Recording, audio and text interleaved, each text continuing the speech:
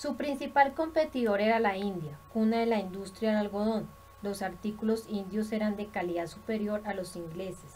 Los tejidos de algodón, de color las muselinas, la indiana, aparecieron a finales del siglo XVII en la corte y luego se extendieron en la sociedad inglesa. Los tejedores ingleses que no sabían fabricar aquellos tipos de tejidos quedaron en difícil situación. Solo podían producir tipos vastos de hilados y tejidos. En 1700 y 1719, el Parlamento promulgó leyes que prohibían la importación de telas de la India, de Irán y de China, pero estas leyes no alcanzaron su objetivo. Los excelentes y baratos tejidos extranjeros penetraban cada vez más en el mercado inglés. Los patronos trataron de tomar medidas. En 1775 se fundó una sociedad de Edimburgo para luchar contra la moda de las telas de algodón indias. Los miembros de esta sociedad se obligaban a boicotear a todos los hombres que mantuvieran relaciones con damas que llevasen vestidos de algodón. Es natural que la medida no diese resultado.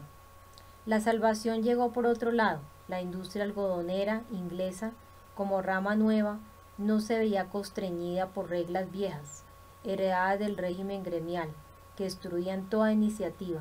Estas reglas vigentes, por ejemplo, en la industria de la lana, exigían del maestro la confección de piezas de determinada longitud y anchura, solo del color reconocido, etc. Toda desviación de estas reglas acarreaba la destrucción del artículo fabricado y a veces un castigo más grave para el maestro. Por consiguiente, de una parte se exigían perfeccionamientos y de otra se prohibían. El perfeccionamiento comenzó en la producción de tejidos cuando el mecánico Kay, en 1733, inventó la lanzadera. La lanzadera es un dispositivo especial que se usa para tramar. Antes de esta invención, el tejedor efectuaba la operación haciendo pasar la camilla ora a la derecha, ora a la izquierda. Para impulsar la lanzadera, basta con tirar de la palanca con el cordón. Esto acelera en alto grado el proceso y eleva el rendimiento del trabajo, exigiendo menos habilidad y experiencia. Una calificación más baja que la utilización de la canilla corriente. Así se creó la máquina sumamente simple, por el momento, sin impulsión a vapor. Marx escribió al respecto: la máquina que originó la revolución industrial sustituye al obrero que actúa a un tiempo con un solo instrumento por el mecanismo que opera de una vez con una masa de instrumentos iguales u homógenos y lo pone en acción una sola fuerza motriz, cualesquiera que sea la forma de esta. Las consecuencias de esta invención, sumamente modesta a primera vista, fueron enormes.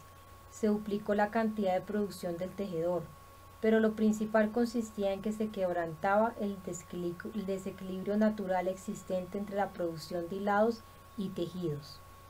Los hiladores no daban abasto en la producción de hilados para los tejedores que, gracias a la invención de Kay, comenzaron a trabajar con una rapidez doble de la anterior, mientras que los hiladores continuaban con el mismo rendimiento de trabajo. Surgió el hambre de hilados, que demandaba insistentemente perfeccionamientos en la hilandería. En 1738, White y Lewis Paul inventaron los rodillos de estirar, que sustituían a los dedos del hilador.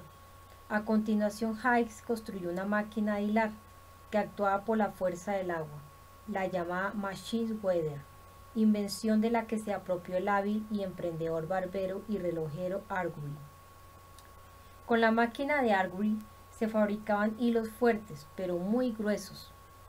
Con estos hilados solo podían confeccionarse tejidos vastos.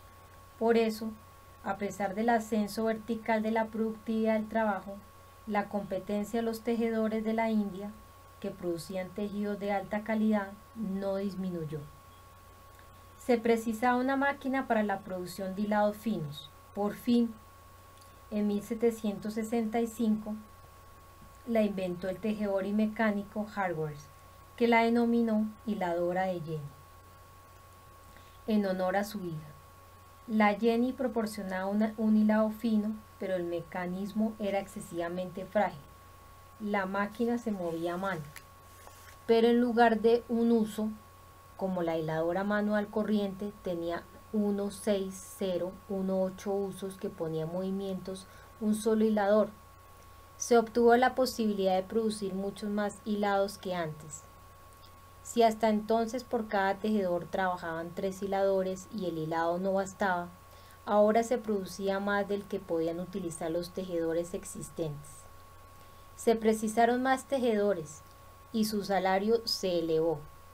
El tejedor abandonó sus ocupaciones agrícolas y se dedicó exclusivamente a tejer.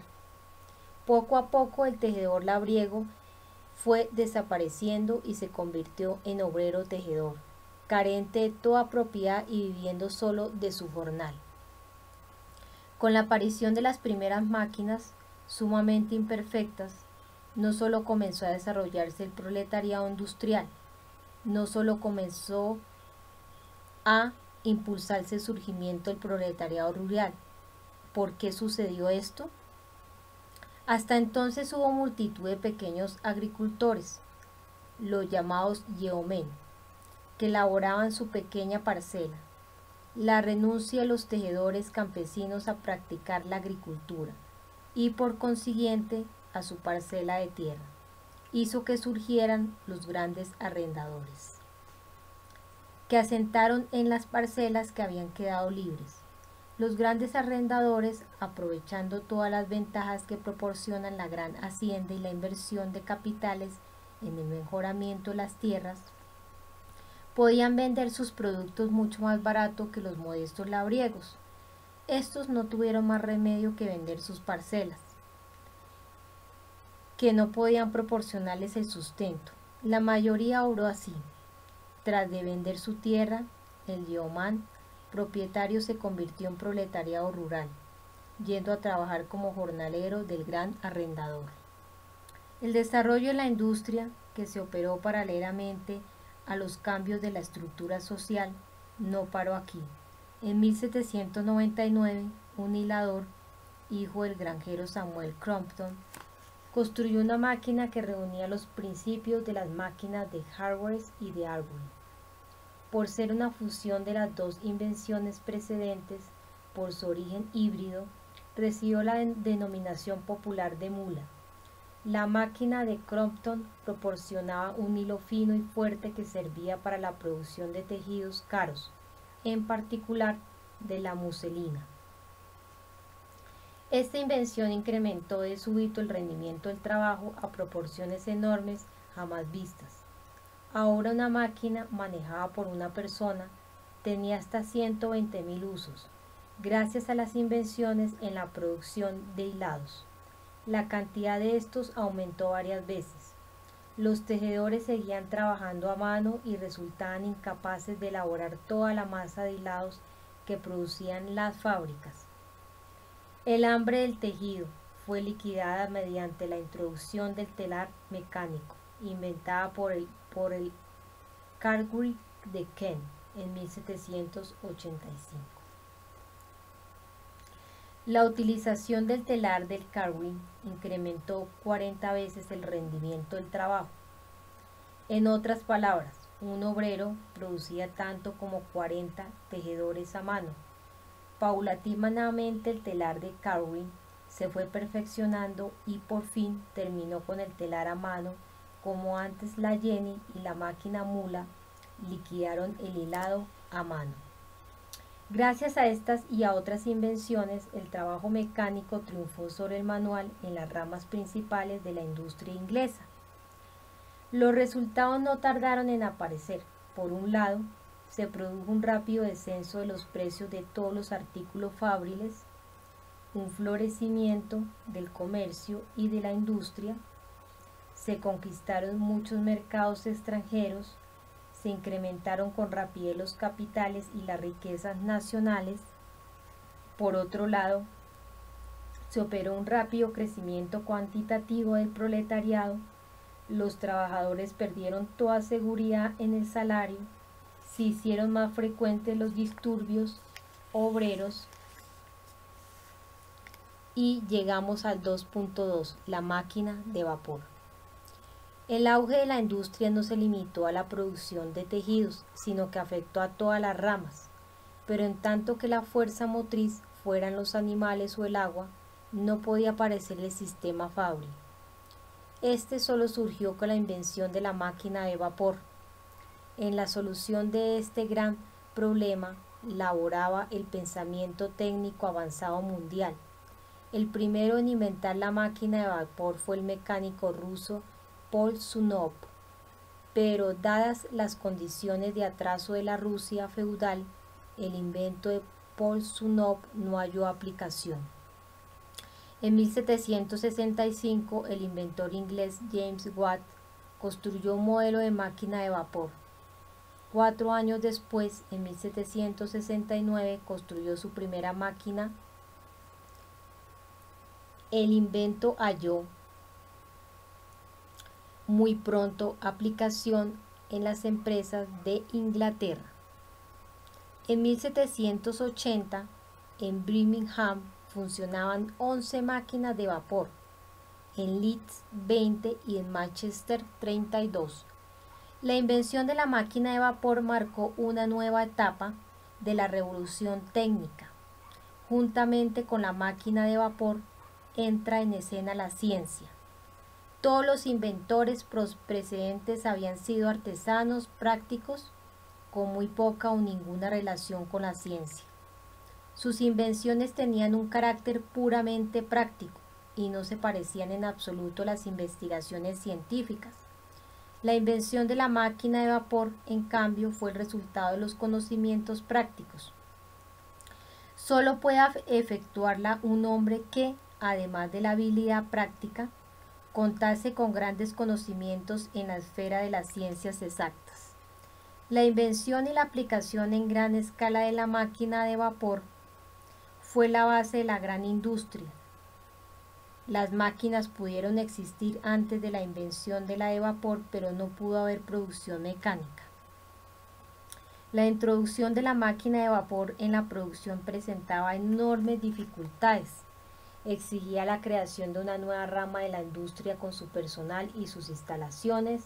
En el curso de la invención de la máquina de vapor se evidenciaron ya los rasgos negativos del régimen burgués. Con su competencia y la avidez de enriquecimiento, el ingeniero Jonathan Hornblower aventajó a Watt en el estudio del aprovechamiento de las altas presiones del vapor. Su máquina, más complicada que la de Watt, tenía 2 cilindros que se llenaban de vapor alternativamente. La máquina tuvo gran éxito, pero en lugar de aunar los esfuerzos de los 2 hombres de ciencia que laboraban en un mismo campo, el fabricante Boulton, que financiaba a Watt, entabló demanda judicial contra Hornblower. Este fue reconocido culpable y se arruinó. La invención de la máquina de vapor sentó la base de una nueva distribución de las empresas industriales. Antes, todas las fábricas, impulsadas por la energía hidráulica, podían emplazarse solamente a orillas de los ríos de corriente caudalosa y rápida, lejos de las ciudades, los mercados y las fuentes de materias primas. Ahora todo había cambiado. La máquina de vapor podía instalarse en cualquier lugar donde pudiera obtenerse carbón mineral a precio asequible. El carbón mineral abundaba en toda Inglaterra. En adelante, las fábricas podían construirse cerca de los mercados, en los que eran posible adquirir materia prima y vender los artículos, aproximarse a los grandes centros de población en los que se reclutaban los obreros.